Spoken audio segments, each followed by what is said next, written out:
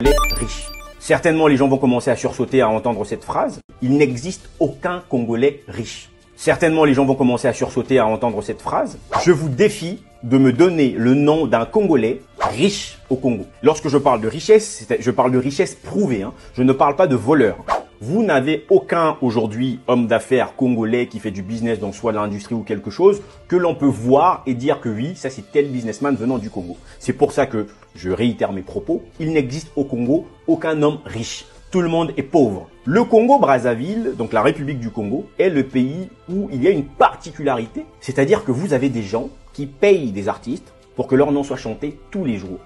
Je n'ai jamais vu un peuple avec une mentalité de pauvreté de ce genre. Vous avez des gens que l'on ne connaît de nulle part dans une industrie quelconque, que l'on ne connaît de nulle part avoir développé une technologie quelconque, qui tout le temps payent des artistes pour scander leur nom comme étant des hommes riches. Alors que l'on soit clair, de quelle richesse parle-t-on? S'il s'agit de la richesse financière, une richesse financière doit être rattachée à une activité quelconque, soit à une entreprise. Or, en l'occurrence, je vous défie, encore une fois de plus, de me citer une grande entreprise d'un Congolais qui aujourd'hui a un gros chiffre d'affaires qui permettrait à ce même Congolais d'avoir des dividendes qu'on pourrait dire que cet homme est riche. Il n'y en a pas. Ce qui veut simplement dire qu'on a dans un pays une multitude d'imbéciles qui se permettent du peu d'argent qu'ils peuvent avoir, essaient de chercher la gloire par le biais des artistes. Lorsque vous avez dans un pays des responsables politiques qui peuvent se permettre d'aller rencontrer la population et de balancer des billets de banque sur la population, c'est la preuve du degré de mépris que ces responsables ont premièrement sur la population,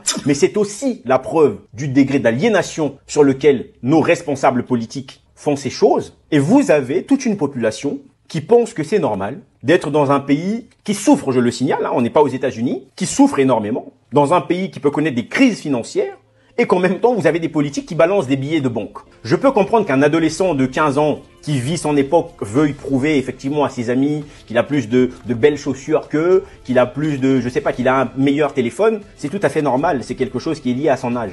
En revanche, je ne peux pas comprendre que des grands monsieur de 30 ans, de 40 ans, qui veulent prouver aux autres qu'ils sont plus riches. Sachant que ces hommes-là n'ont jamais quasiment créé quelque chose dans leur vie, n'ont jamais eu d'entreprise dans leur vie, mais c'est simplement la perpétuation de l'imbécilité très souvent de leurs parents qui finit par redescendre de père en fils.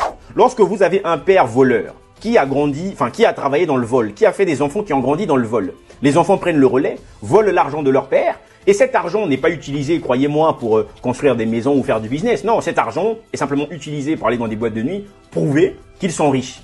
Et les gens parfois se posent la question de savoir mais pourquoi cette jeunesse congolaise a donc ce comportement de vouloir qu'ils soient dédicacés partout, qu'on scande leur nom partout.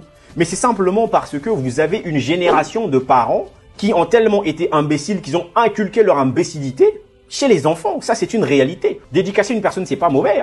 Vous pouvez dédicacer qui vous voulez, mais vous avez un certain nombre de musiques. Tout le temps, ce sont des dédicaces. Croyez-moi, ce n'est pas quelque chose qui vienne de la culture Congo quelque part ou de la culture africaine. Non, c'est simplement la mendicité. Les artistes ont faim, on leur donne un petit billet de 10 000 francs CFA. Le gars n'a pas trop de choix, il accepte. Mais tout ça, pourquoi? Parce que on a des personnes incapables de produire des choses pour qu'on reconnaisse dans le monde entier leur intellectualisme, leur niveau de réflexion, parce que pendant que les autres écrivent des livres pour se faire connaître, pendant que les autres font de l'art pour se faire connaître, au Congo, vous avez des gens qui veulent se faire connaître simplement pour rien. Ils n'ont aucune entreprise, ce n'est pas une publicité pour une entreprise, c'est simplement pour leur gloire, pour avoir potentiellement plus de femmes et prouver aux autres qu'ils sont plus riches, alors que finalement, ce sont des cancres, comme je l'ai dit, il n'y a aucun vrai riche au Congo-Brazzaville.